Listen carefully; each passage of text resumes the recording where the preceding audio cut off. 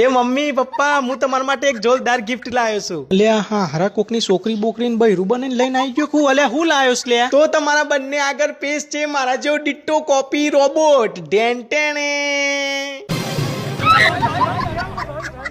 એ હે અલ્યા હા નહીં એકદમ આપડા ચિંટુ જેવો કોપી ટુ કોપી લાગે છે. હે ને મમ્મી અને પપ્પાઓની એક ખાસિયત એ છે કે કોઈ ખોટું બોલે ને તો એને ધબાક લઈને એક લાફો માર દે સાઈ ના હોય હું વાત કરે છે એવું? અરે હા સાચી વાત છે. પૂછી જુઓ તમે કોક તમને ખબર પડી જાય. હા તો કાલ રાત્રે તું જ છો તો એ કહેજે મને પેલા. હું તો કઈ નતો જો મમ્મી તને, હું તો વિશાલના ઘેર વાંચવા બેઠો તો.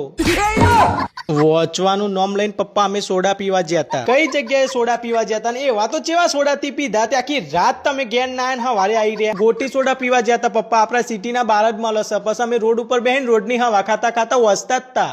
રતનપુર બોર્ડર ગયા હતા સોડા પીવાનું તો બેહીને વસતા હતા.